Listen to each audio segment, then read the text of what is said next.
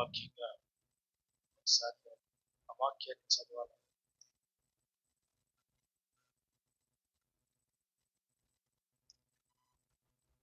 పరలోకమందును భూమి మీదను నాకు సర్వాధికారం ఇయ్యబడి ఉన్నది. కాబట్టి మీరు వెళ్ళి సమస్త జనులను శిష్యులనుగా చేయుడి. తండ్రి యొక్కయు కుమారుని యొక్కయు పరిశుద్ధాత్మ యొక్కయు నామములోనికి వారికి బాప్తిస్మం ఇచ్చుచు నేను మీకు ఏ ఏ సంగతులను ఆజ్ఞాపించి తినో వాటన్నిటినీ గైకొనవలెనని వారికి బోధించుడి. ఇదిగో నేను యుగ సమాప్తి వరకు సదాకాలము మీతో కూడా ఉన్నానని వారితో చెప్పాను. హల్లెలూయా. ఈ మాట మూల వాక్యంగా పరిశుద్ధాత్మ దేవుడు అనుగ్రహించినప్పుడు 2 వారాలు శిష్యులు అనే అంశం మీద పరిశుద్ధాత్మ మాట్లాడారు. వాక్యం అంటే ఆసక్తి ఉన్నవారు హల్లెలూయా చెప్పండి. మంచిది. దేవుడు మనలందరినీ దీవించుగాక. ఆమేన్.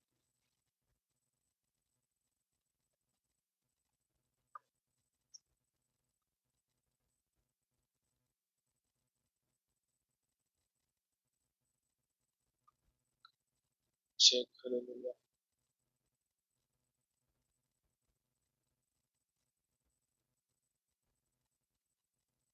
శిష్యుడు అందరూ శిష్యులు అవ్వాలని లేఖనం తెలియజేస్తా ఉంది. దేవుడు అందరినీ శిష్యులుగా అవ్వాలని ఆయన ఆజ్ఞాపించారు. సమస్త జనులను శిష్యులుగా చేయమన్నారు. హల్లెలూయా. దేవుడు శిష్యులుగా ఎందరినైతే సమస్తాన్ని చేయమన్నాడు కనుక అందరూ శిష్యులుగా అవ్వాలని దేవుడు ఉద్దేశం. ఈ విషయంలో మనందరం కూడా 2 వారాలు ధ్యానం చేసిన అంశం, ప్రతి 2 ఆదివారాలు ధ్యానం చేసిన అంశం శిష్యుడు ఎలా ఉండాలి, శిష్యుడికి ఉండాల్సిన లక్షణాలు, శిష్యుడికి ఉండాల్సినటువంటి సమర్పణ, శిష్యుడికి ఉండాల్సినటువంటి సమర్పణ. మైక్ వాళ్ళని కూడా పెంచి మాట్లాడారు.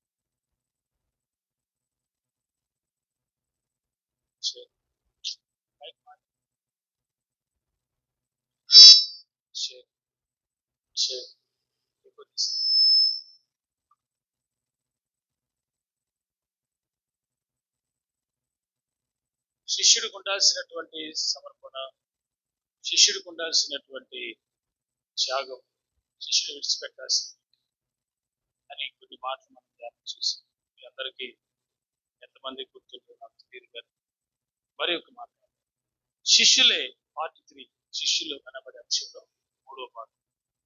శిష్యులు సాక్షులు అవ్వాలి. శిష్యులే దేవునికి సాక్షులు. అందరు చెప్పండి ఆ మాట.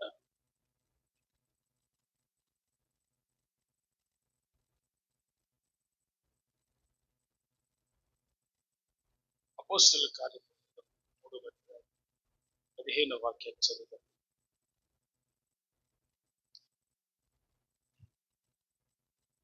పేతురు అంటున్నాడు, మీరు జీవాధిపతిని చంపితిరి గాని దేవుడు ఆయనను మృతుల్లో నుండి లేపెను, అందుకు మేము సాక్షులము. దేవునికి స్తోత్రం.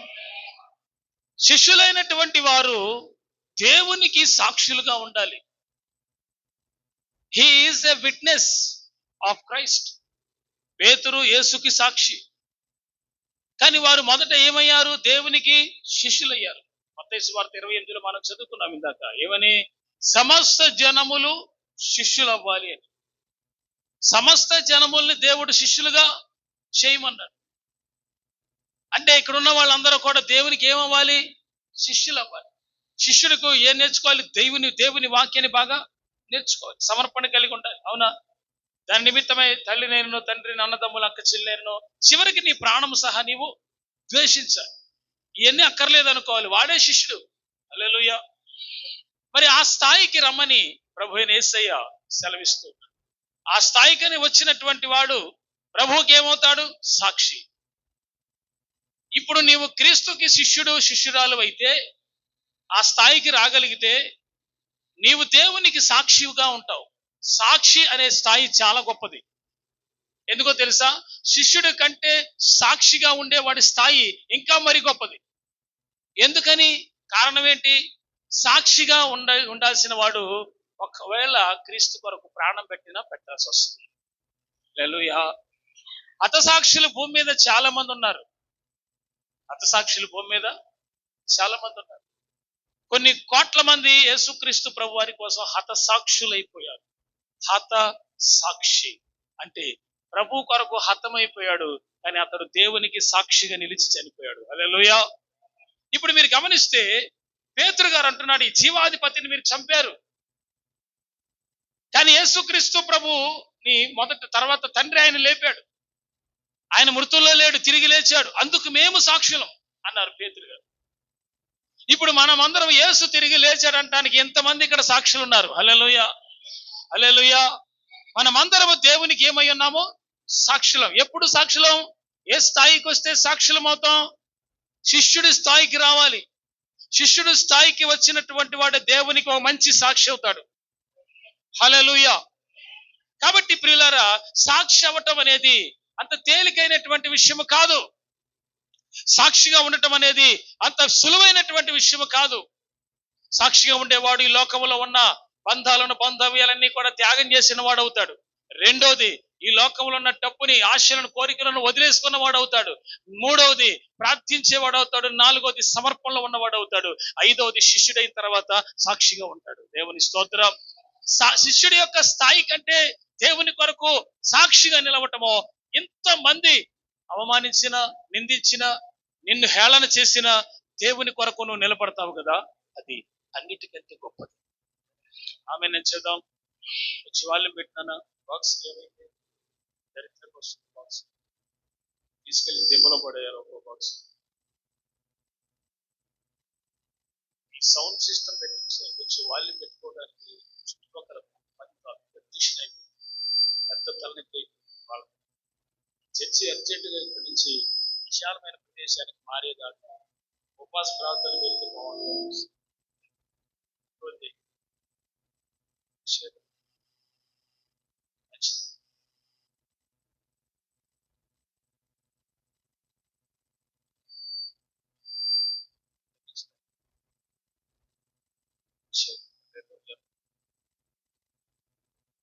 దేవుడికి మనము సాక్షులుగా ఉండాలి అంటే కొన్ని స్థాయిలు ఉన్నాయి, కొన్ని సమర్పణలు ఉన్నాయి.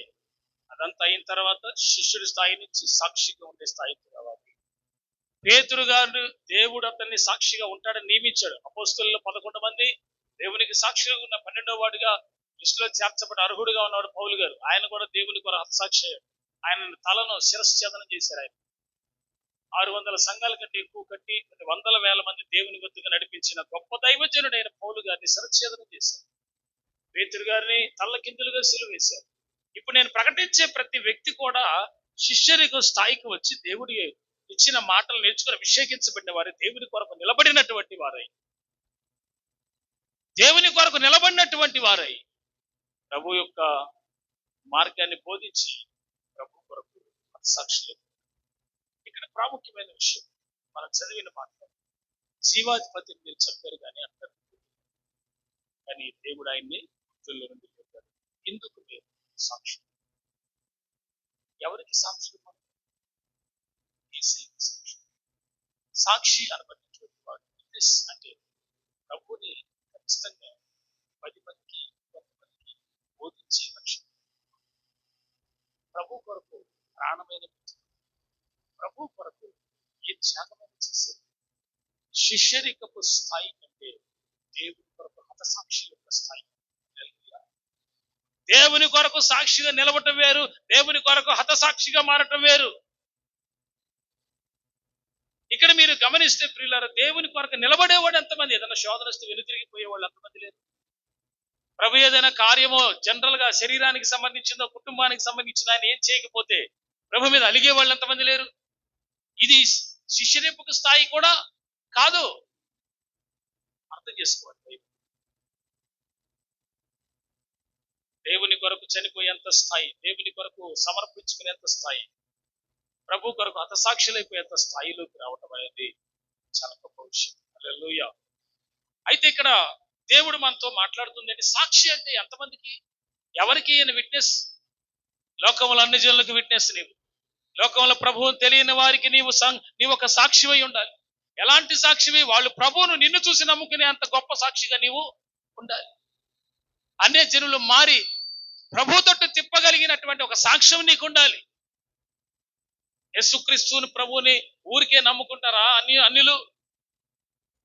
ఆయనకు ముందుగా ఆయన నమ్ముకుని కొనసాగుతున్న మనము అన్య జనులు మనల్ని చూసి వారు దేవుని తట్టు తిరిగేంత మంచి సాక్ష్యం మనలో ఉండాలి. ఒక సాక్షిగా నువ్వు ప్రభు కొరకు జీవించాలి. అది ఎంత కష్టం వచ్చినా నువ్వు దేవుని కొరకు నిలబడేటువంటి వ్యక్తిగా నువ్వు మారి ఉండాలి. దేవుని స్తోత్రం చెప్పండి. హల్లెలూయా, హల్లెలూయా. సాక్షి అంటే ఎవరో పేతురు గారు చెప్తున్న మాటకు అర్థం ఏంటి? ఎవరు సాక్షి? Who is the witness? శిష్యుడైన శిష్యుడి స్థాయి ఊరికే వస్తుందా? ఎన్ని త్యాగం చేసుకుంటే రావాలి? మరి ఇక్కడ ఉన్న వాళ్ళందరూ కూడా ఆ స్థాయికి వచ్చిన వాళ్ళు. దేవుని వాక్యము ప్రతి ఒక్కరితో సూటిగా మాట్లాడతారు. ఈరోజు ఆదివారం నాకు కాదు ఈ వాక్యం అని అనుకుంటే నీకే నష్టం. ఈ వాక్యం నా కోసమే నిజంగా ప్రయోజనకరమైన వ్యక్తికి మాత్రం. హల్లెలూయా, హల్లెలూయా. శిష్యుడైనటువంటి వాడు, సాక్షిగా ఉన్న స్థాయికి వెళ్ళినటువంటి వాడు ఎలాంటి వాడిగా ఉంటాడంటే ప్రభు కొరకు నిలబడే వ్యక్తిగా ఉంటాడు. అపోస్తుల కార్యములు మనం చూద్దాము. శిష్యులుగా లేక సాక్షులుగా ఉండటకు ఎవరు వారిని అంత స్ట్రాంగ్ చేసింది? ఎవరు వాళ్ళని అంత గొప్పగా బలపరిచింది? సాక్షులుగా ఉండదగిన ఆ స్థాయికి ఎవరు తీసుకొచ్చింది వారిని? చదువుదాం. అపోస్తుల కార్యములు 1:8.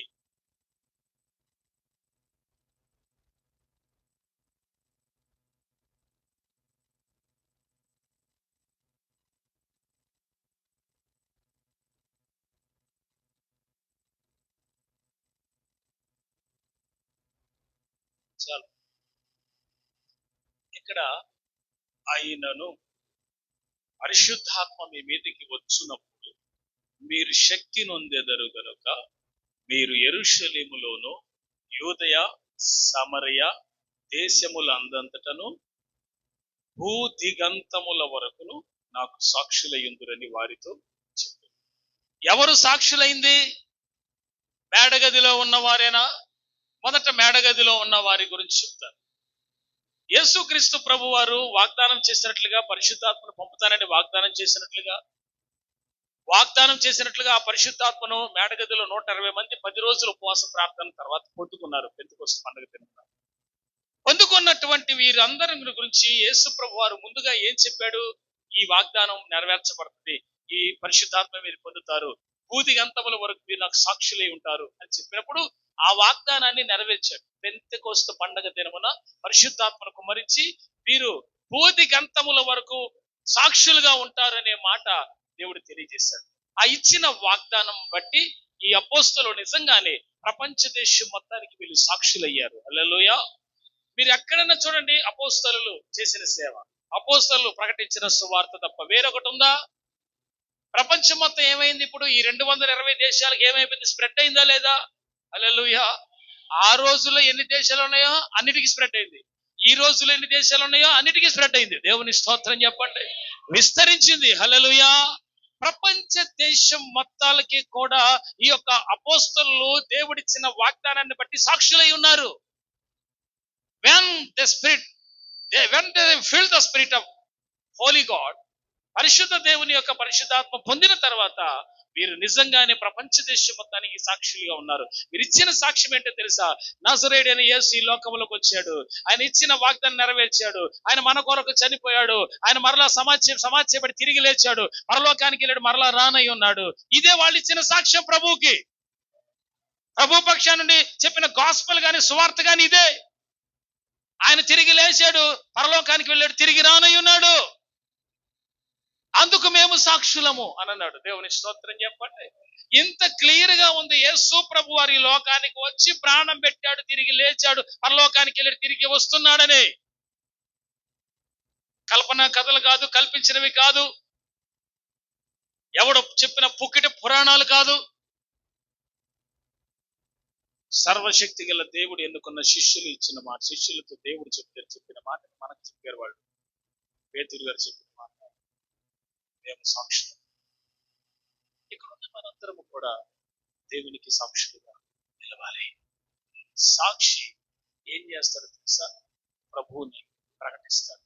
2, ప్రభు కోసం జీవిస్తాడు. 3, ప్రభు కోసం చచ్చిపోతాడు. ఒకటి ఒకటి 2, 3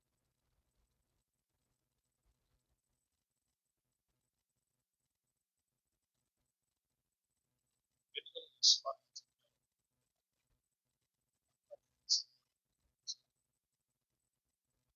ఇక్కడికెళ్ళా ఏదో రకంగా స్వార్థం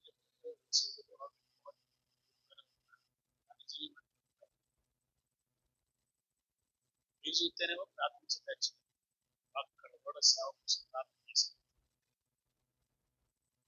మీరు శిష్యులు అవుతారో ఏమో, మీరంతా శిష్యులు అవ్వాలని మొక్కలు ప్రార్థన చేసి మీరు గమనించండి పిల్లరా, మేము వెళ్ళుచున్న చోటకెల్లా విజయోత్సవంతో దేవుడు ఊరేగించి అనేక ఆత్మలు రక్షించాలంటే ఖచ్చితంగా సంఘము, ఇక్కడ మెయిన్ సంఘమైన మీరు కన్నీటితో ప్రార్థన చేసేవారు అయి ఉంటారు. నేను మొదటే చెప్పాను, మీ ప్రార్థన అమూల్యమైన మీ ప్రార్థన సేవకు ఉపయోగపడుతుంది. దేవుని స్తోత్రం చెప్పండి. హల్లెలూయా. ఎక్కడ కూర్చున్నా, ఎక్కడ మోకరించినా నువ్వు ప్రార్థనలో ఉన్నప్పుడల్లా ఈ మినిస్ట్రీ గురించి, సంఘ సేవ గురించి, ఆత్మల రక్షణ గురించి నువ్వు ప్రార్థించే వ్యక్తి అవ్వాలి. అనేక మంది బైబిల్ గ్రంథంలో ప్రార్థనా యోధులు ఉన్నారు. ఒక వ్యక్తి దేవుని కొరకు తన జీవితం మొత్తాన్ని పూర్తిగా సమర్పించుకొని ప్రార్థించేటువంటి వ్యక్తిగా ఉంటే, తన జీవితం మొత్తాన్ని ప్రభు కొరకు ప్రార్థనకే అంకితం చేసుకున్నటువంటి వ్యక్తులు నీ ఉన్నట్లయితే నీ వలన సేవకి ఎంతో ఉపయోగం. దేవునికి మహిమకరం, సేవకి ఎంతో ఉపయోగకరం. హల్లెలూయా. కనుక ప్రియులారా, దేవుని బిడ్డలారా, మనమందరం కూడా ఒక విషయాన్ని ఆలోచిద్దాం. ఏంటంటే దేవుని సేవ కొరకు మనము నిలబడేవారు, ఆత్మల రక్షణ కొరకు మనము ప్రార్థన చేసి వారము. హల్లెలూయా. కాబట్టి శిష్యరికపు స్థాయి నుంచి దేవుని కొరకు హతసాక్షి అయ్యే స్థాయికి రావాలి. దేవుని కొరకు సాక్షులై నిలవాలి. ఆమేన్. ఈ కంటెంట్ లోనే పరిశుద్ధాత్ముడు మాట్లాడుతున్నాడు. ఇప్పుడు నీ ఉద్దేశం ఏంటి? దేవుని కొరకు నువ్వు సాక్షిగా ఉండటానికి మేడగదిలో ఉన్న వాళ్ళు సాక్షులుగా ఉన్నారు కదా. వాళ్ళలో ఎక్కువ మంది సాక్షులుగా ఉండకపోయినా కనీసం అపోస్తలులైన సాక్షులుగా ఉన్నారు కదా. అపోస్తలు ప్రపంచమంతటికి సాక్షులుగా ఉన్నారు కదా. మరి నీవు యేసుని ఎరిగిన దగ్గర నుంచి నీవు సాక్ష్యమే కదా. యేసుని అంగీకరించిన దగ్గర నుంచి నీవు కూడా సాక్ష్యమే కదా. మరి నీవు ప్రభువును గురించిన తీసుకునే నిర్ణయాలలో ఎంత స్థాయి వరకు ఉంది నీ సమర్పణ? నీవు తీసుకునే నిర్ణయంలో నీ స్థాయి ఏంటి? విశ్వాసపు స్థాయి, సమర్పణ స్థాయి ఏంటి? శిష్యుడిగా ఉండాలంటే ఈ లక్షణాలు ఉండాలంటే 2 ఆదివారాలు నేర్చుకున్నారు. మరి ఈ వారము శిష్యుడి స్థాయి నుంచి సాక్షిగా ఉండే స్థాయికి రావాలన్నాడు దేవుడు. మరి దీనికి సంబంధించి నీవు ఈ యొక్క ఆత్మీయ జీవితంలో నీ స్థాయి ఏ రేంజ్కి వచ్చింది మనం పరిశీలన చేసుకోవాలి. యేసుక్రీస్తు ప్రభు బిడ్డలుగా చెప్పుకోవటం కాదు, ఆయనకి సాక్షులు. ఆమె నేను చెప్తాను. హల్లెలూయా. శిష్యులైతే దేవుడు అంటాడు, మీరు ఎంతవరకు సాక్షిగా ఉంటారంటే యూదయ యెరూషలేములో కాకుండా, సమరయల పట్టణ దేశంలోనే కాకుండా భూదిగంతముల వరకు, అంటే భూమి దిగంతముల వరకు, నలుదిక్కుల భూమి ఎంతవరకు అంతవరకు కూడా మీరు నా కొరకు సాక్షులై ఉన్నారు. నిజంగానే వాళ్ళు సాక్షులై ఉన్నారు. కానీ పరిశుద్ధాత్మ పొందిన తర్వాతనే సుమా. హల్లెలూయా. ఇక్కడ వాక్యం అంటాడు, సంఘం అంతా శిష్యులు అవ్వమని అంటాడు. శిష్యుల స్థాయి ఎంత ఉందన్నాడు. అక్కడి నుంచి హతసాక్షుల స్థాయికి రావాలంట. హల్లెలూయా. దేవుని కొరకు ఏ శూర కార్యములైనా, పరాక్రమ కార్యములైనా ప్రభు కొరకు తలపెట్టి గొప్ప కార్యములు చేసి ప్రభువుని కనపరిచే వారముగా ఉండాలని ప్రభు కోరుకుంటాడు. హల్లెలూయా. దేవుని స్తోత్రం చెప్పండి. దేవుడు నీవు ఒక సాక్షిగా ఉండాలని ఎంతగా కోరుతున్నాడు. శిష్యరికపు స్థాయి నుంచి దేవుని కొరకు నిలబడి దేవుని కొరకు హతసాక్షి అయ్యే స్థాయి. అదొక. ఇక్కడ దేవుడు ఆత్మసాక్షి కూడా. ఆత్మసాక్షి చెప్పండి. ఆత్మసాక్షి 1 యోహాను పత్రిక 5వ అధ్యాయం. 1 యోహాను పత్రిక 5వ అధ్యాయం 6, 7, 8, 9 వాక్యాలు చదువుదాం. నీళ్ల ద్వారాను రక్తము ద్వారాను వచ్చిన వాడు ఈయనే. ఆగండి, యేసు ప్రభు వారు ఎలా వచ్చాడట? నీళ్ల ద్వారాను. అక్కడ చెప్పండి, ఎలా వచ్చాడట? వచ్చిన వాడు ఈయనే. ఆమె ఏంటి? యేసు ప్రభు నీళ్ల ద్వారా రక్తం ద్వారా రావట్లేదు.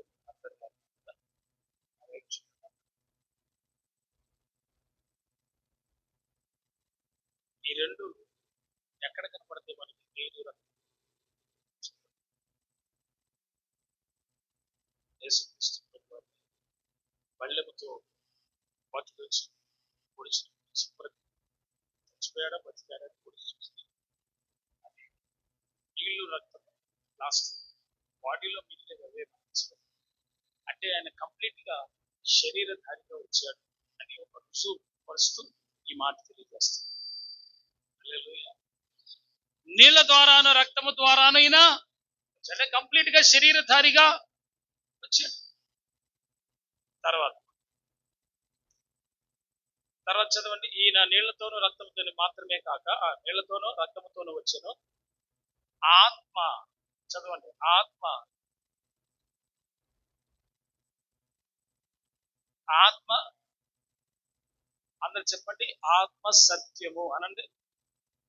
ఇప్పుడు ఆత్మ సాక్ష్యం చూడండి ఎట్లా ఉందో. ఆత్మ సత్యము కనుక సాక్ష్యం ఇచ్చువాడు ఆత్మయే. హల్లెలూయా. ఎవరి గురించి సాక్ష్యం ఇస్తున్నాడు ఆత్మ? అందరు చూడండి, ఆత్మ ఎవరి గురించి సాక్ష్యం ఇస్తున్నాడు? పరిశుద్ధాత్మ యేసుని గురించి. ఏమని సాక్ష్యం ఇస్తున్నాడు? శరీరధారి అయి వచ్చాడు ఆయన అని ఆత్మదేవుడే సాక్ష్యం. ఈ మాట యోహాను సువార్త 16వ అధ్యాయంలో మీరు చూస్తే అక్కడ పరిశుద్ధాత్ముడు ఆయన నన్ను గురించి సాక్ష్యం ఇచ్చి ఒకడు కలడు అని అంటాడు. చదవన్నమాట ఆ మాట ఒకసారి చదవండి. యోహాను సువార్త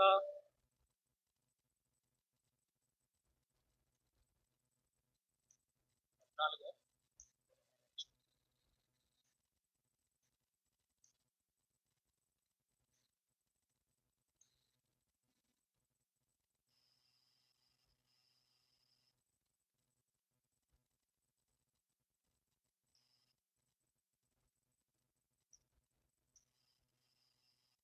యోహాను సువార్త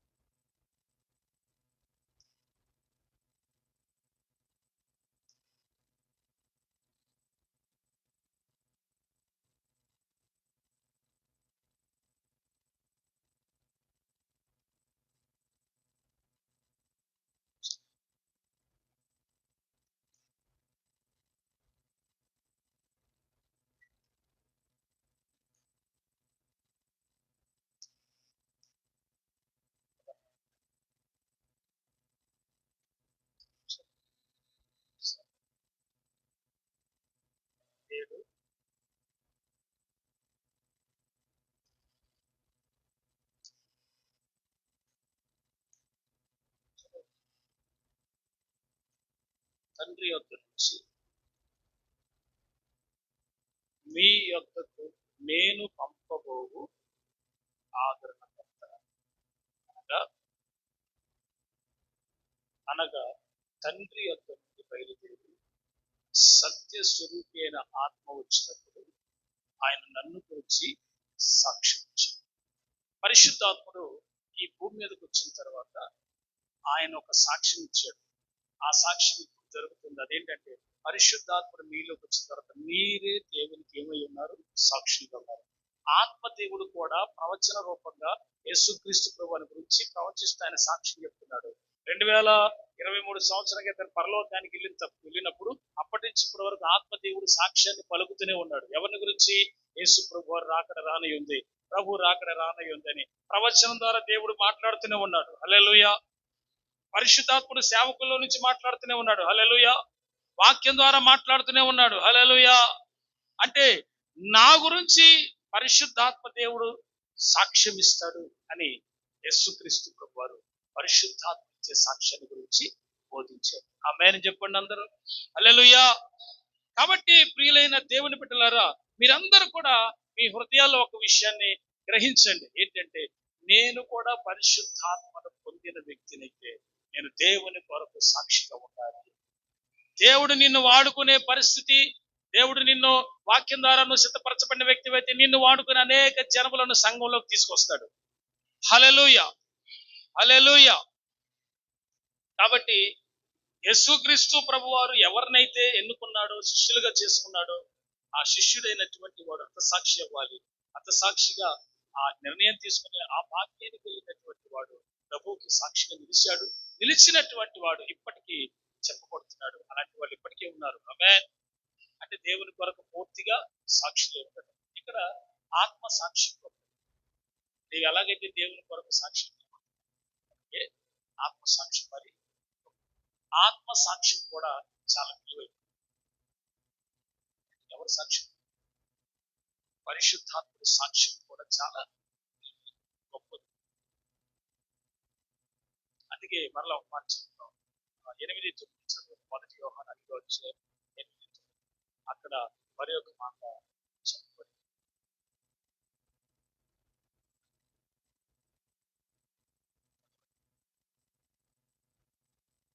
8:9.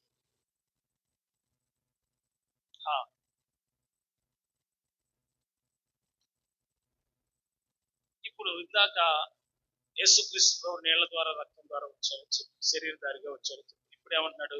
ఆత్మ, నీళ్లు, రక్తము ఈ ముగ్గురు ఏకీభవించి ఉన్నారు. మనము మనుషుల సాక్ష్యము అంగీకరిస్తున్నాం కదా. దేవుని సాక్ష్యం మరి బలమైనది. దేవుని సాక్ష్యము తన కుమారుని గురించి ఇచ్చినది. హల్లెలూయా.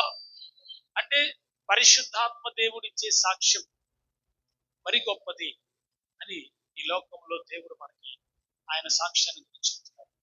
ఇప్పుడు నువ్వు ఎంతగా దేవుని కొరకు విట్నెస్ గా ఉండటం ఎంత ప్రాముఖ్యమైనదో, నేను ప్రభు బిడ్డని ఎంతమంది ఏమనుకున్నా, ఎన్ని చేసినా నేను ప్రభు బిడ్డని ఎంతమందిలో చెప్పగలిగిన సామర్థ్యం, ప్రభు కొరకు నిలబడాల్సిన సామర్థ్యం. అంతేకాక నీ సాక్ష్యమే కాకుండా ఆత్మదేవుని సాక్ష్యం కూడా నీకంటే గొప్పది.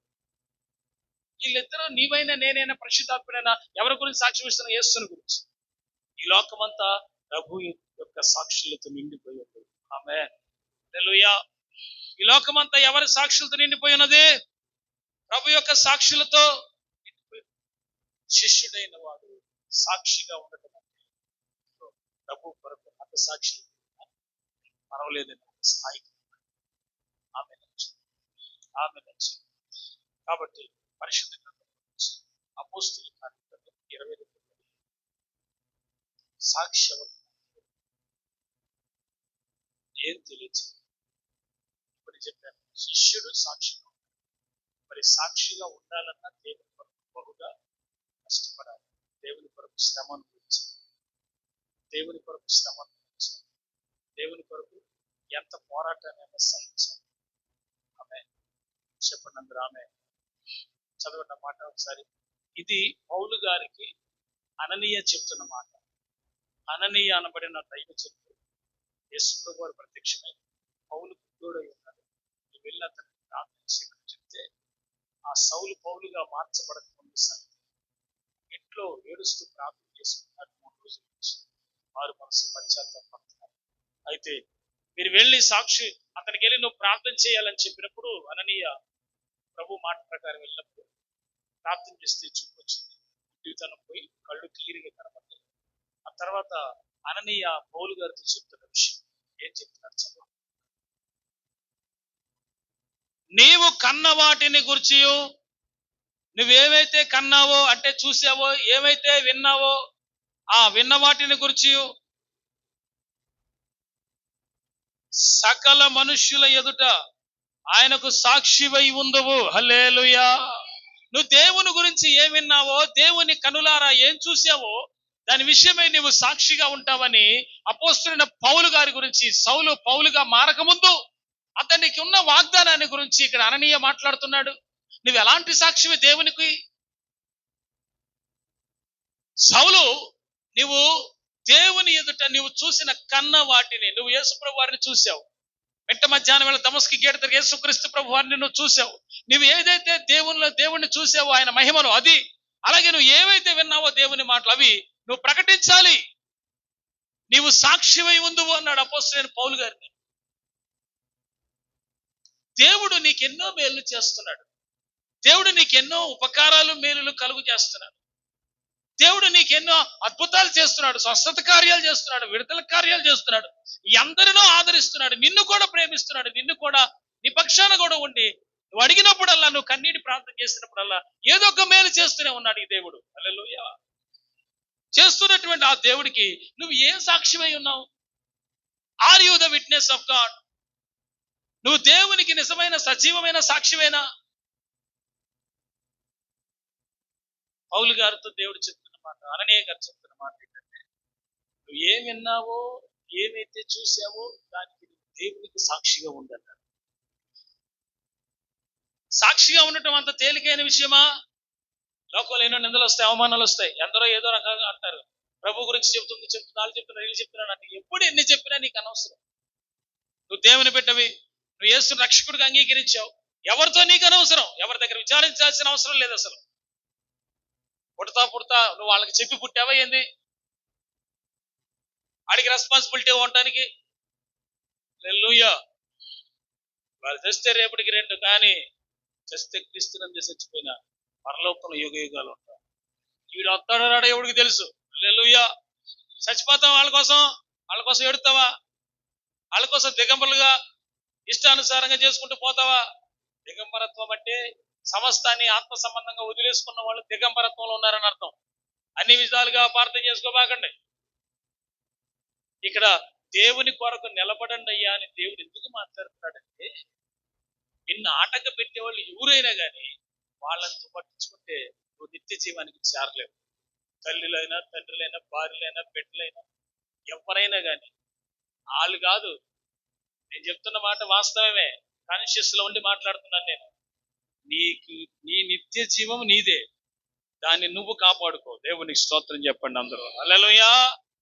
ఈ లోక సంబంధమైన వాటన్నిటి మీద నీ దృష్టి పెట్టేసి, నీ రిలేషన్స్ మీద దృష్టి పెట్టి ఎవడో ఏదో అంటాడని నీ భక్తిని, నీ విశ్వాసాన్ని, దేవుడిచ్చిన రక్షణ పోగొట్టుకుంటామా? వాడు వస్తాడో రాడు పరలోకానికి ఎవడు తెలుసు? మీ ఆయన వస్తాడో రాడు ఎవరికి తెలుసు? ఓ స్త్రీ, నీ భర్తను రక్షించదు, నీదేమి తెలియనందు వాడు.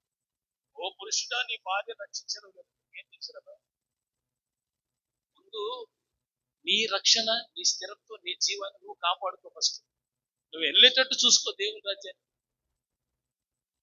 ఎవరి రక్షణ, ఎవరి పరిశుద్ధత కాపాడుకుంటుంది. జాగ్రత్త సుమా. ఎవరి కోసమో నీ ప్రార్థనా జీవితాన్ని, ఎవరి కోసమో నీ పరిశుద్ధ జీవితాన్ని, రక్షణను పోగొట్టుకోకూడదు. అమూల్యమైన దీనికోసమే, ఈ రక్షణ కోసం యేసు ప్రభు సిలువెక్కి చనిపోయాడు. He died for our sins. హల్లెలూయా. నువ్వు దేవుని కొరకు సాక్షిగా నిలుస్తున్నావు, మంచిది. హతసాక్షి అయితే ఇంకా మంచిది.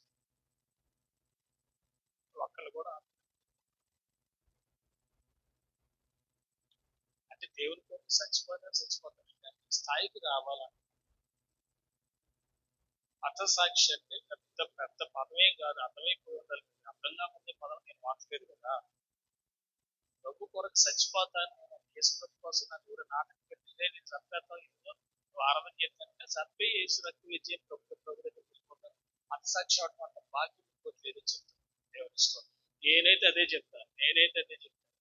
ఆ స్టేజ్, ఆ పరిస్థితి కనుక వస్తే అదే చెప్తాను. ఈ కేంద్రం మొక్కేది, ఈ కేంద్రం చేసేది దేవుడు చెప్తాను. నా దేవుడు గొప్పవాడు, నా దేవుడు సర్వశక్తి కలుగుతాడు. ఆయన నన్ను కాపాడకపోయినా ప్రభు కోసం హతసాక్షి అవుతాం ఆయన. అది నా భక్తి. ఆ స్థాయి లేదు, ఇప్పటికైనా అర్థం లేదు. ఆ స్థాయి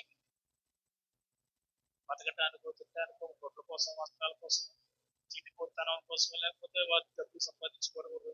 యేసు ప్రభు దగ్గరికి రాకూడదు. యేసు ప్రభు దగ్గరికి వచ్చేది పరలోకం కోసం. అవునన్న కూడా ఆమేనని చెప్పండి. హల్లెలూయా. ఆ స్థాయి రావాలి. ఆ స్థాయి రాకుండా ఇంకా అలాగే లోక సంబంధంగా ఏదో చిన్న చిన్న వాటి కోసం యేసు ప్రభుతో పేరవాడి, ప్రభువా నువ్వు ఇది ఇస్తే నేను ఇది ఇస్తాను, బిజినెస్ చేసి ప్రభుత్వం దీంతో చేసి డీల్ చేసి ఏంది వ్యాపారం చేయడానికి ఇదా నీ సందాలు, నీ కానుకలు, నీ దశంభాగాలని తీసవరబడే యేసుక్రీస్తు ప్రభువుని నీవు ఆయన ఎదుట ఎంత స్థాయిలో భక్తిలో ఉన్నావు అది ఆలోచించు. హల్లెలూయా. దేవుడికి కావలసింది నీ సందాలు కాదు, నీ డబ్బులు కాదు, నీ చిల్లర డబ్బులు కాదు. దేవుడికి కావలసింది అతి శ్రేష్టమైన నీ హృదయం. హృదయం శ్రేష్టమైనదిగా ఉంటే అది కావాలి. అది సకల దుర్మార్గంతో అది కూడా అక్కర్లేదు ప్రభు. హల్లెలూయా. ఎందుకంటే మనం ఆరాధించే దేవుడు పరిశుద్ధుడైనటువంటి దేవుడు. దేవుని మీద పరిపూర్ణంగా ఆనుకున్నటువంటి వాడైతే యథార్థమైన భక్తి చేస్తాడు. ఆమేన్ అని చెప్పాడు. హల్లెలూయా. అందరూ చెప్పండి, ఆత్మ సాక్ష్యం గొప్పది. హల్లెలూయా. పౌలు గారు దేవుని కొరకు సాక్షిగా నిలుస్తాడు.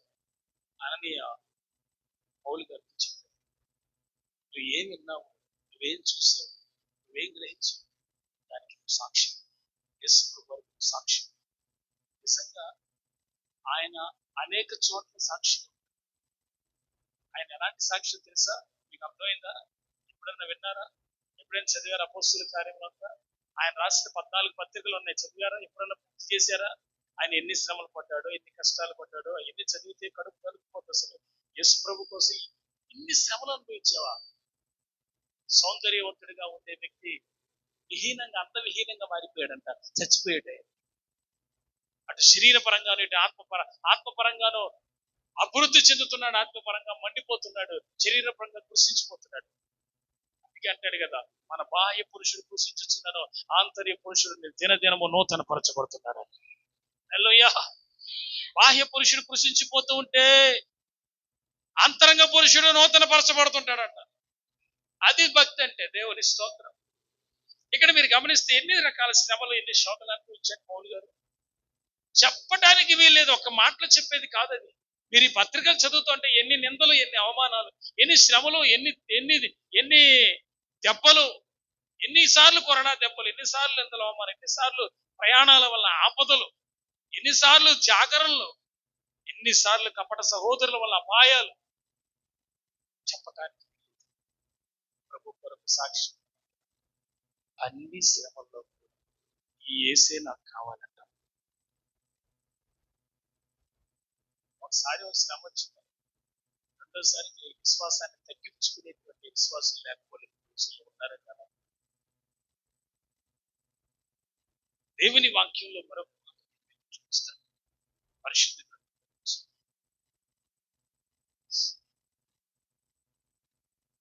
హల్లెలూయా. సాక్షి ఏం చేయాలి, ఎలా ఉండాలంటే సాక్షి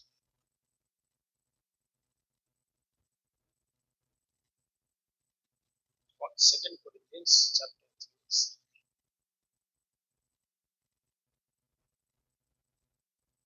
శిష్యుడు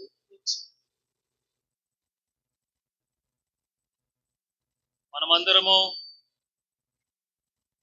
ముసుగు లేని ముఖముతో ప్రభు యొక్క మహిమను అద్దము వలె ప్రతిఫలింపచేయుచు మహిమ నుండి అధిక మహిమను పొందుచు ప్రభు యొక్క ఆత్మ చేత శిష్యుడు అనబడిన వాడు ఇలా మారాలంట. దేవుని స్తోత్రం చెప్పండి. శిష్యుడైనటువంటి వాడు మారాలి. ఎటువంటి మార్పు అని మీరు చూస్తే, ప్రభు యొక్క మహిమను అద్దం వలె ప్రతిఫలింపు చేసేవాడు. నా వైపు చూడండి. అద్దంలో మీరు ముఖం చూసుకుని వచ్చారు కదా, చూస్తున్నారు. అందరం అద్దం దగ్గరికి వెళ్ళి దగ్గరికి వెళ్ళకుండా ఎవరో రావు కూడా నుంచి 10 మందికి వెళ్ళే చోట శుభ్రంగా ఉన్నావా లేదా, నీవున్న ముఖం కనపడితే ఉన్న ముఖం ఇంకోటి కనపడితే కనపడలేదు. మీరు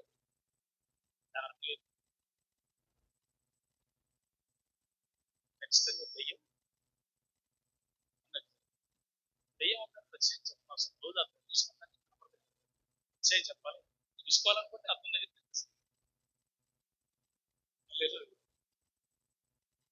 సరే. మీ ముఖం ఉన్నది ఉన్నట్టుగా కనపడతా లేదా? అర్థం ఏం చూపిస్తుంది? యాస్టీస్ గా ఉన్న మీ ముఖాన్ని మీకు చూపిస్తుంది. లోపాలున్న మాట్లాడాలి, లోపాలున్న తేడా ఉన్న ఇటు తిరిగిన ఇటు తిరిగిన ఇటు తిరిగిన అసలు లోపం అంతా అర్థం చూపిస్తుంది. అర్థం దేవుని వాక్యం. ఈ అర్థంలో ఈ ముఖాన్ని చూస్తుంది. అందులో ఈ యాస్టీస్ గా నువ్వు కనపడుతూనే ఉంటావు. ఈ లోపాలు కూడా వాక్యం చదువుతున్నప్పుడు నీ మాట, ఈ వాక్యం చదువుతున్నప్పుడు నీ మనసులో అంతా కూడా వాక్యం బయలుపరుస్తుంది. నీ లోపాలు బయలుపరుస్తుంది. అదొక రెండో అర్థం ఎదురుకి తీసుకొచ్చినప్పుడు ఆయన క్రీస్తు.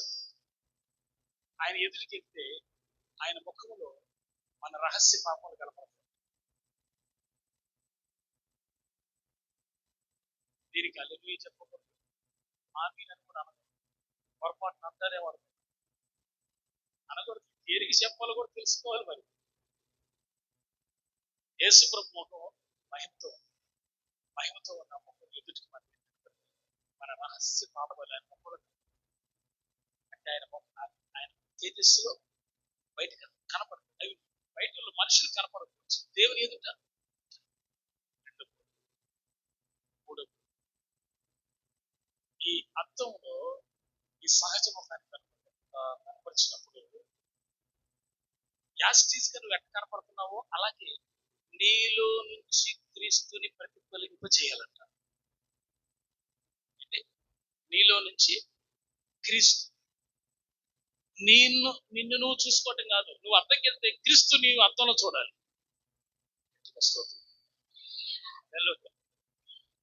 ఇది ఎంతమందికి అర్థమైందో నాకు తెలియదు. చాలా అమూల్యమైన విషయం చెప్పారు. చాలా శ్రేష్టం. ఫైనల్ గా మీరు గమనించాల్సింది, అర్థం ఎదుటికి వెళ్ళినప్పుడు నీ ముఖంగా సహజంగా ఎట్ట కనపడుతుందో నువ్వు అర్థం ఎదుటికి వెళ్ళినప్పుడు క్రీస్తు నీలో కనపడాలి. ఆ పోలికలోకి నువ్వు రావాలి. ఎవడు శిష్యుడు? క్రీస్తుని ప్రతిబింబింపజేసాడు, క్రీస్తుని ప్రతిఫలింపజేసేవాడు. రిఫ్లెక్ట్ చేయాలి అవతల వ్యక్తికి. ఆమె అందరూ చెప్పండి, యేసయ్యను నాలో నుంచి చూపించాలి. అది ప్రవర్తన ద్వారా కావచ్చు, ఆలోచన ద్వారా, నడవడిక ద్వారా కావచ్చు, నీ మాటల ద్వారా కావచ్చు. దైవికమైన విధానం నడవడిక ఏదైతే అవన్నీ చూపించగలిగితే క్రీస్తు నీలో ఉన్నాడంటానికి రుజువు. ఆమె క్రీస్తు నీలో ఉన్నాడంటానికి రుజువు. ఎవరు నిజమైన శిష్యుడు? క్రీస్తుని తన ద్వారా ప్రతిబింబింపజేసేవాడు. సాధు సుందర్ సింగ్ గారు దేవుని యొక్క వాక్యాన్ని ఆయా ప్రదేశాల్లో ఆయా చోట్ల ప్రకటిస్తూ వెళ్తున్నాడు. అంటే ఆయన పూర్తిగా సాధు. ఆయన దేవుని వాక్యాన్ని ప్రపంచ దేశం, అంటే మన భారతదేశం మొత్తం ప్రకటిస్తూ సువార్త చెప్తూ నడుస్తూ సువార్త చెప్పాడు. అలాంటి గొప్ప దైవజనుడు. అతను హిమాలయాలకు వెళ్ళి తర్వాత కనపడ్డాడు. గొప్ప దైవజనుడు ఆయన మొదట ఏం చేశారు తెలుసా? బైబిల్ గ్రంథాన్ని చింపాడు, తగలబెట్టాడు. బైబిల్ని చింపి, ఇది మన మత పుస్తకం కాదు, సింగులర్. అంటే పంజాబ్ సాధు తర్వాత వచ్చింది. అసలు పేరు ఆయన పేరు సుందర్ సింగ్. ఆయన బైబిల్ని కాల్చేసి తర్వాత పరిశుద్ధాత్ముడు ఈయన కాల్చాడు. గట్టిగా చప్పట్లు కొడుతూ ప్రభువును బయటపడతాం. ఆ తర్వాత ఆయన అనేక మందిని కాల్చాడు. దేవునికి మహిమ కలుగునుగాక. ఎవరైతే బైబిల్ని తగలబెట్టారో ఆ తగలబెట్టిన వాళ్ళని పరిశుద్ధాత్ముడు తగలబెట్టాడు. హల్లెలూయా. ఎలా ఆత్మచేత నింపి అభిషేకించబడిన వాడై ఆయన అనేక మందికి మాదిరిగా ఉన్నాడు. అసలు ఆయన ఎలా ఏడు తెలుసా? శిష్యుడైతే ఈయనే అన్నట్టు. Who is the disable? క్రీస్తుని చూపించగలిగాడు ప్రవర్తనలో, క్రీస్తుని చూపించగలిగాడు తన వైఖరి, తన జీవితంలో.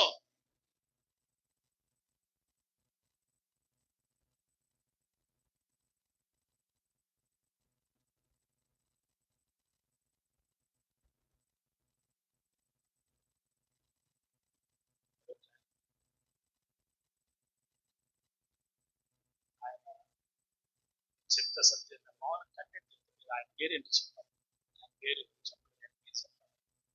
ఆలోచించాను. నా పాట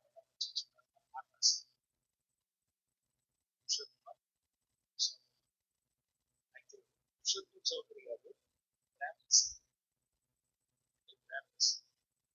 మరి యేసుక్రీస్తు ప్రభువాన్ని నమ్ముకున్నాడు. ఇంట్లో వాళ్ళందరూ భార్య మంచి రైటర్, గొప్ప సాహిత్యవేత్త. క్రైస్తవ్యంలో భర్త గారి పరదేశి జాన్, తర్వాత ఈయన పురుషోత్తం చౌదరి గారు. ఆ కోవలో నేను పెడతాను. ఆయన దేశం ఎంతమందిని పాటలు అందించాడు. గొప్ప గొప్ప దైవజనులు మంచి మంచి పాటలు రాశారు. దేవుని స్తోత్రం. హల్లెలూయా. అలాంటిది పురుషోత్తం చౌదరి గారు అక్కడక్కడ అంటే తన జీవితం మొత్తం స్వార్థగా వ్యక్తం చేసి అసలు యేసు శిష్యుడు అంటే ఎట్లా ఉండాలని చూపించాడు ఆయన. ఎగ్జాంపుల్ గా ఒకటి మీ అందరికి చెప్పాను ఒకసారి. ఆయన స్వార్థ చేస్తూ చేస్తూ చేస్తూ బాగా ఆకలిసింది, పెరిగిపోయింది. ప్రభు స్వార్థ చెప్తున్నాడు. ఒక ఇంటికి వెళ్ళాడు. ఆ ఇంట్లో మా బయటకు వచ్చి చూసి మళ్ళీ తీసుకొచ్చి ఆ వచ్చిన ఆవిడ భార్య వాళ్ళ ఇంటికే వచ్చాడు. తెలియదు ఆయనకి అంతగా నిండిపోయాడు యేసు ప్రభు స్వార్థతో. హల్లెలూయా.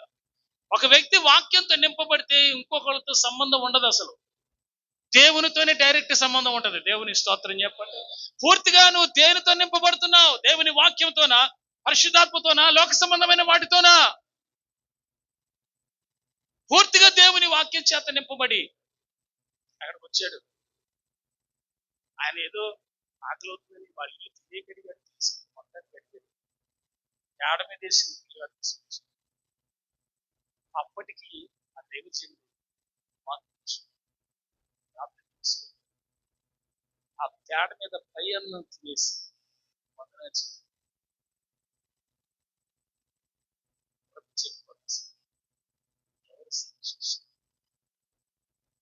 మనలో అసలు మాట అంటే శిశువులు అవుతావా?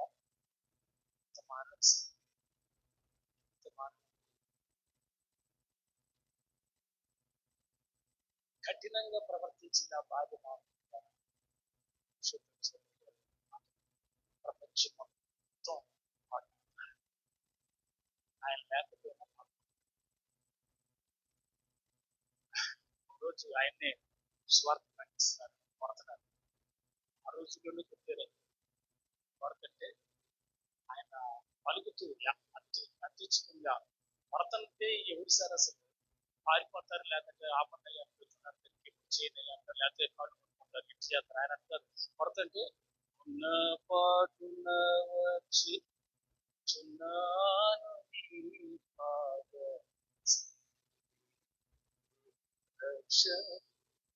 శిష్యుడు ఇప్పుడే నీ దగ్గరకు వస్తున్నాను. ఆ పాట మంచి ప్రసిద్ధిగా ఈ స్థితిలో రాసేది సాక్షి. ఏం కోరుతున్నారంటే మీరు దేవుడిని చిన్న చిన్నవి కోరి, అల్పమైన వాటి కోసం కోరి ఉన్నతమైన విడిచిపెడుతున్నారు. శిష్యురాలుగా ఉంటున్నట్టు దానంత భాగ్యం ఉంటుందా?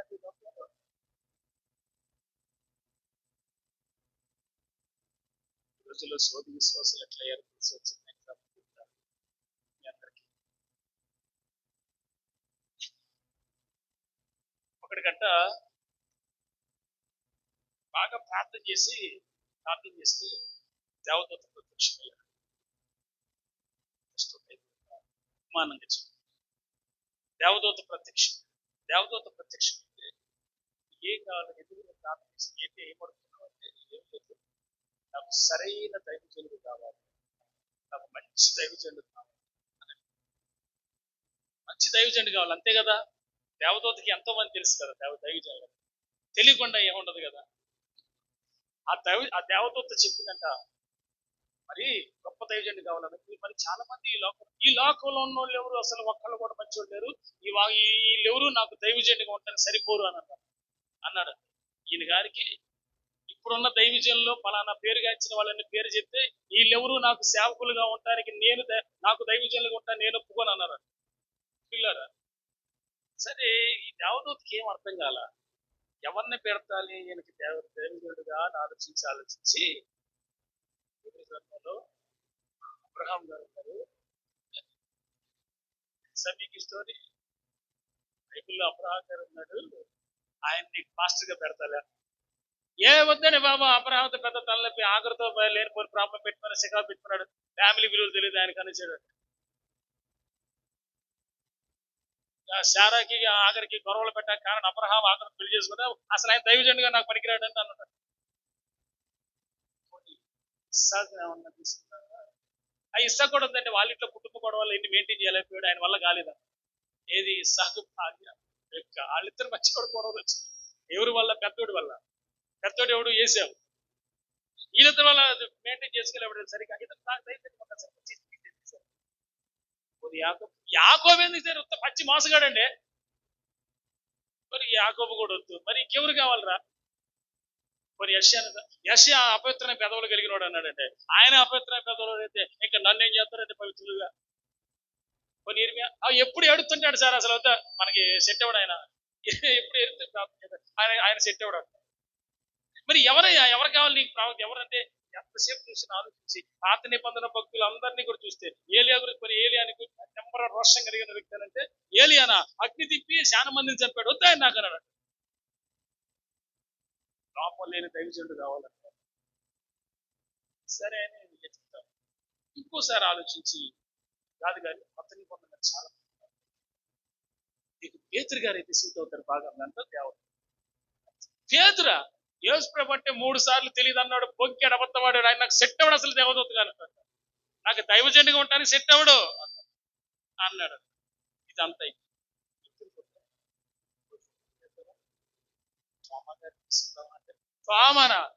అసలు యేసుప్రభు అంటే ఎవరో తెలియదు, గాయాలు ఏలు పెట్టి చూడు, అసలు ఆయన అబ్బాయి ఆయన వద్దు, ఆయన కూడా. మరి వీళ్ళందరూ వద్దు. పత్రిక ఎవరున్నారా చూడ ఆలోచించంటే గొప్ప దైవజన పేర్లంతా లిస్ట్ అంతా చెప్పు. ఆడు పనికిరాడు, ఈడి పనికిరాడు, అసలు బైబుల్ ఉన్న ఎవడు పనికిరాడు. నీకు ఎంతమందిలో చూసినా ఏదో ఒక లోపం వారిలో ఉంది కదా. ఏమంటే వింటున్నారా? మరి నీకు ఎవరిని తీసుకురావాలంటే నాకు నేనే దైవజనుడు అన్నాడు వాడు. మరి ఆ మాత్రం దానికి ఎందుకే నువ్వు దేవత? కొంతమంది లోపాలు లేనటువంటి పర్ఫెక్ట్ దైవజనుడు కావాలంటే ప్రపంచంలో ఎక్కడ దొరకడు. పర్ఫెక్ట్ దైవజనుడిగా ఉండే అర్హత యేసు ప్రభు వారికి ఒక్కడికే ఉంది. There is no other man of God in the world. ప్రపంచంలో మరి ఒక దైవజనుడు లేడు. ఆయనే బోధకుడు, ఆయనే రక్షకుడు, ఆయనే నిజమైన దైవజనుడిగా ఉండగలిగిన యాజకుడు, ప్రధాన యాజకుడు యేసు ప్రభు ఒక్కడే. లోకంలో నువ్వు సేవకులను చూసుకోబాకు, నా సేవకులకి వెళ్ళి చూడబాకు, మనుషులకి వెళ్ళి చూడబాకు. వాళ్ళందరిలో లోపాలు ఉంటాయి. నువ్వు చూడాల్సింది యేసు ప్రభుని. ఎవరంటే నిజమైన శిష్యులు సంపూర్ణమైన భక్తి సాధు సుందర్ సింగ్ గారి గురించి, పురుషోత్తం చౌదరి గారి గురించి, వీళ్ళిద్దరు చాలా శ్రేష్టమైన సాక్ష్యం. వారి జీవితం ద్వారా యేసు ప్రభుని చూపించారు. They will expose. We all are disciples of Jesus. వాళ్ళు ఎక్స్పోజ్ అయ్యారంటే ఎక్స్పోజ్ చేశారు. మేము యేసుని చూపిస్తున్నామని చూపించారు. క్రియల్లో వాళ్ళు ఫలించారు.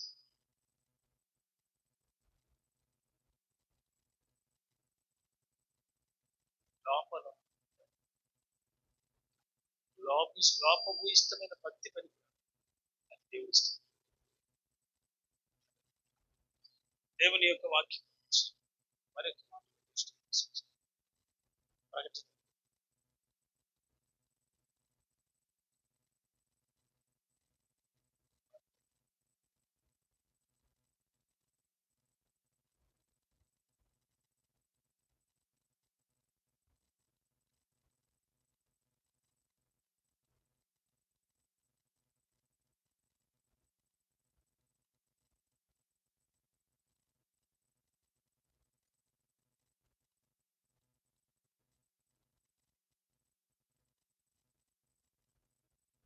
ప్రకటన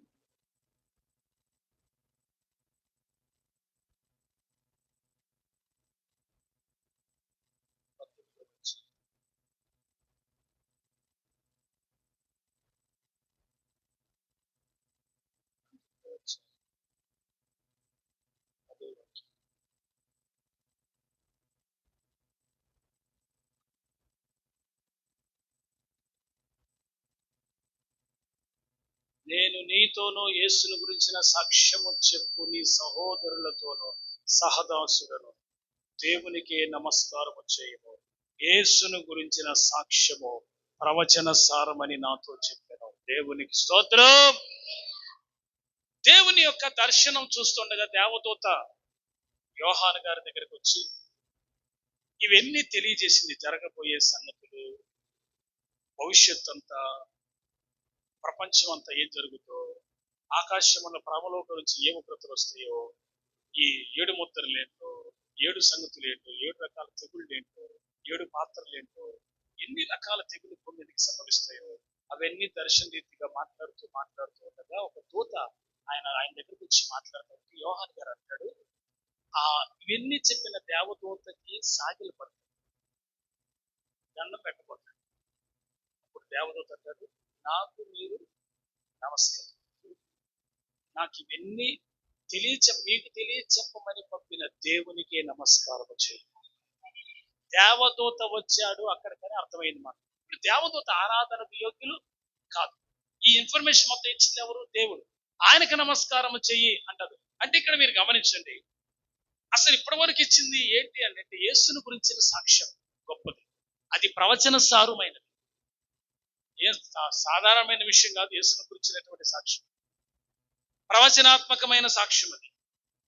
అంటే ఇప్పటి వరకు యేసుక్రీస్తు ప్రభు కొరకు ఎంతరైతే చనిపోయారో ఆ చనిపోయిన వాళ్ళంతా దేవునికి హతసాక్షులు. ఎవరైతే సువార్త క్రీస్తుని పోలి నడుస్తూ సువార్త ప్రకటిస్తున్నారు శిష్యులుగా చేరి వాళ్ళంతా ప్రభు కొరకు సాక్షులే. హల్లెలూయా, హల్లెలూయా. ఇక్కడ చూడండి, ప్రభు అంటాడు దేవునికే నమస్కారము చేయము, యేసును గురించిన సాక్ష్యం ప్రవచన సారము అన. ప్రవచనాత్మ అంటే ఆత్మదేవుని సాక్ష్యము గొప్పది. అట్ ద సేమ్ టైం నీవు కూడా ప్రభువుకి ఏమై ఉండాలా? శిష్యుడు అయి ఉండాలి, సాక్షి. చిన్న ప్రాంతం తీసుకుంటాం.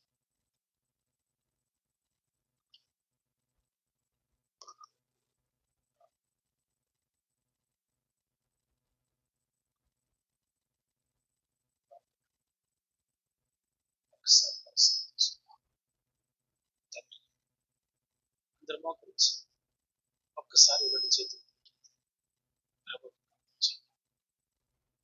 తండ్రి మీకు స్తోత్రములు, స్తోత్రములు, స్తోత్రములు, స్తోత్రములు నాయన.